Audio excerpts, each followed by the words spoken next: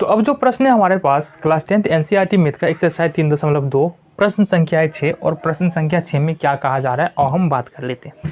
देखो प्रश्न संख्या 6 में कहा जा रहा है कि एक समीकरण हमारे पास दिया है जो कि दिया है 2x + 3y - 8 = 0 और फिर कह रहा है कि हर युग्म के लिए अब तीन अलग अलग बातें यहाँ पर बताई गई। एक समीकरण तो दे दिया गया है 2x + 3y - 8 = 0। हमको क्या करना है, हमको खुद से एक ऐसा समीकरण लिखना है जिसके लिए अगर उसका ग्राफ खींचेंगे तो प्रतिच्छेदी रेखा होगा, फिर अगर ग्राफ खींचेंगे तो समांतर रेखा होगा, फिर अगर उसका ग्राफ खींचेंगे तो समपाती रेखा होगा।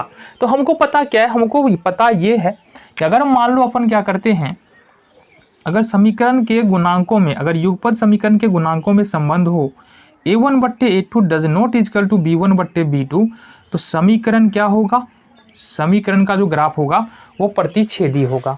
साथ ही साथ हमको ये भी पता है अगर युगपद समीकरण के गुणांकों में संबंध हो a1/a2 बराबर b1/b2 बराबर नहीं है c1/c2 के, तो ये जो अगर इस समीकरण का अगर हम ग्राफ खींचते हैं ना तो ये होगा समांतर रेखाएं। और अगर मान लो समपाती रेखा प्राप्त करना है तो उसका जो फॉर्म होगा, यानी कि हम बोलेंगे युगपद समीकरण का जो और उसके गुणांकों के बीच में जो संबंध होगा वो होगा तुम्हारा a1/a2 बराबर b1/b2 और ये बराबर होगा c1/c2 के। इस फॉर्म में ये होगा। इसका जो ग्राफ होगा बिल्कुल इस प्रकार से होगा, हमारा बिल्कुल समपाती होगा, एक दूसरे के ऊपर ही होगा। इसका जो ग्राफ होगा हमारा वो इस प्रकार से होगा, बिल्कुल समांतर होगा। और इसका जो ग्राफ होगा ये होगा हमारा प्रतिच्छेदी रेखा। किस प्रकार से, ये एक दूसरे को प्रतिच्छेद करने वाली रेखाएं होगी। अब सवाल उठता है इस प्रश्न को करेंगे कैसे। कुछ नहीं करना है, देखो बिल्कुल आसान है।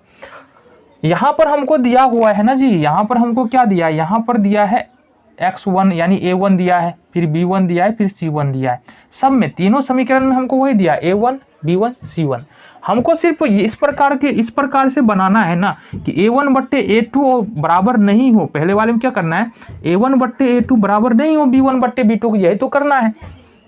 अगर मान लो इसको हम बना लेते हैं, मान लो कुछ भी ले ले, ये ले लेते हैं 3x प्लस में कुछ भी अपनी मन से ले रहे हैं और माइनस में कुछ भी लो, बराबर में 0 ही कर दे, उतना माथा हमको पच्ची नहीं करना है, ठीक है। बराबर में 0 कर दी। अब इस समीकरण में देखो a1 का मान क्या है, a1 का मान देखो यहाँ पर 2 है, b1 का मान यहाँ पर देखो कितना है 3 है, और c1 का मान -8 है। a2 का मान यहाँ पर 3 है, b2 का मान यहाँ पर 5 है देखो यहाँ से, और c2 का मान यहाँ पर 0 है। अब अगर इस फॉर्म पे हम रख के देखें, क्या ये a1/a2 निकाले तो क्या निकलेगा, ये निकलेगा 2/3। साथ ही साथ अगर हम b1/b2 निकाले तो क्या निकलेगा 3/5।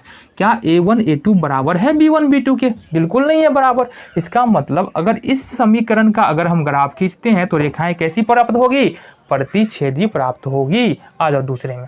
अब कह रहा है रेखाएं समांतर चाहिए हमको, तो रेखाएं समांतर चाहिए तो क्या होगा, रेखाएं समांतर चाहिए तो a1/a2 बराबर चाहिए b1/b2 के, फिर आगे बराबर नहीं चाहिए हमको c1/c2 के।